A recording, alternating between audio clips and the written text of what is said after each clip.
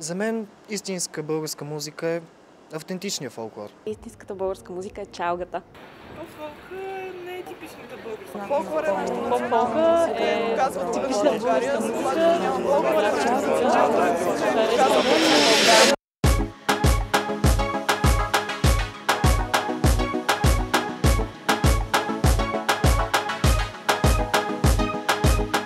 Малко съм израснала с чалга. Оттам аз ставам с музика, лягам с музика, излизам с музика и постоянно музика около мен. Много разкрепостена и много щастлива. Мога да кажа, и адски много се забавлявам.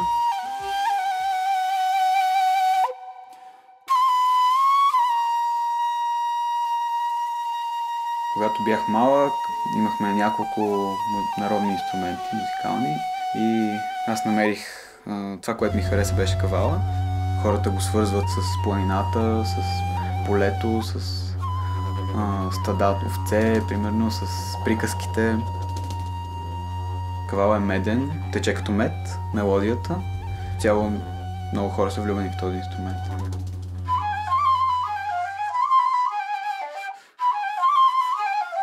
Започнах да опитвам, но не ставаше. Беше просто тръба, мислех си, че нещо е счупено, може би, в нея. И когато моят дядо ме заведе при моя първи учител, той просто хвана кавала и го сложи така. И тогава звука се появи, излезе. Това ме запали още повече и реших да го усъвършенствам, да го науча.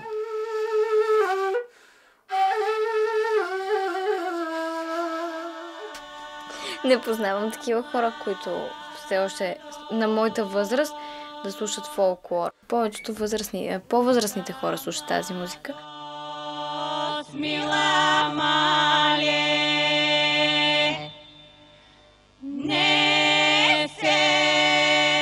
можеш да стегнеш да си поръчаш пиани, да ти пуснат някакви фолклорни ритми, които се разказват за въстанието и за така нататък, за преди много години.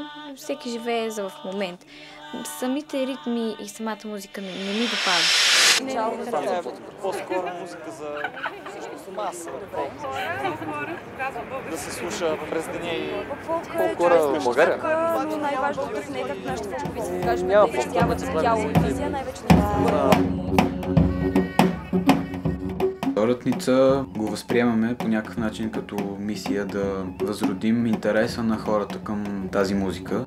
Това културно наследство вече не е толкова интересно и изглежда устаряло на доста голяма част от младото поколение. И ние се опитваме да му представим тези песни, но ние искаме по по-автентичен начин да го предадем.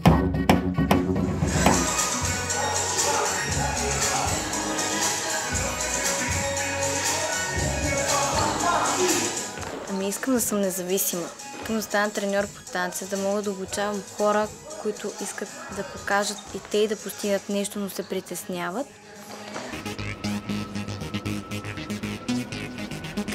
Чалгата, или поп-фолк наречен, се разкриват много истини за живота, т.е. за чувствата между хората, за изневери, за предателство. Още преди доста години сме били под някакво комунистическо време и тогава не се разрешаваше да има подтекст на секс. И в един даден момент, когато навлезе поп-фолка, всички хора почнаха спокойно да говорят за секса, спокойно почнаха да се забавляват, без да крият това от някого. След промените 89-та година още по-силно навлизат гръцката музика, сръбската музика и всичко се превръща в един нов стил. И тази музика много добре се вписва с тази нова свобода, който се свързва и с мутрите, което е някаква новораждаща се българска мафия. С представата за жената, която е облечена по този начин.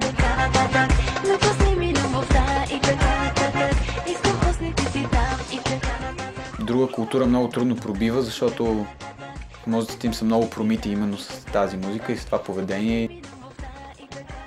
Цяло тогава много хора започват да го слушат и да следват този модел поведение.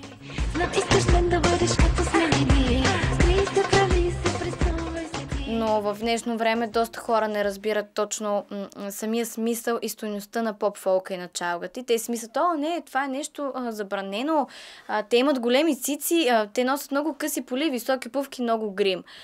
Ами обаче това е хубавото. Има повече самочувствие една жена, когато е красива. И постига много повече неща, защото в днешно време, ако си красив, може да постигне всичко. И иска да има повече самочувствие мъжете да я забелязат. Защо да не си сложи големи гърди или да си направи устните малко по-големи. Това е нещо естествено и за мен, лично за мен няма нищо лошо в това. Чалгата е голям купон. Чалгата се създава с комерциална цел. Харесвам я, но има... Мнението ми за чалгата е много лошо. Мисля, че хората казват, че чалгата е моите.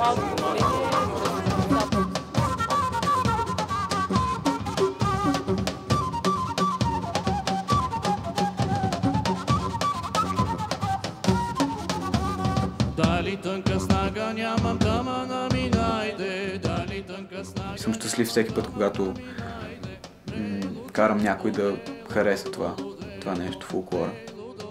И имаме в наши дни като едно съкровище, с което може да разполагаме и да го предаваме на хората.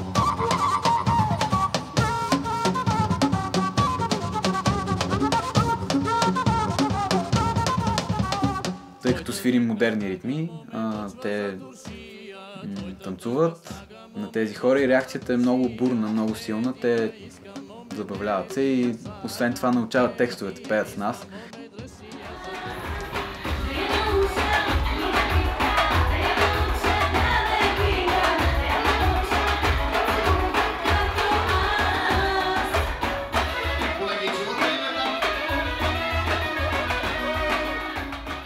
Ами, защото те не знаят как се забавляват. Ние сме отритнати от тях и...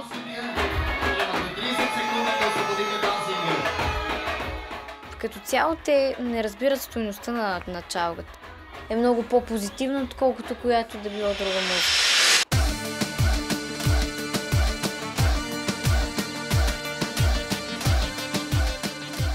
Все повече хора започват да си падат и по фолклор, което е добра тенденция. За чалгата не мога да кажа, според мен винаги ще си има своите почитатели, просто тя е част от менталитета. Да, харесвам по-слабо.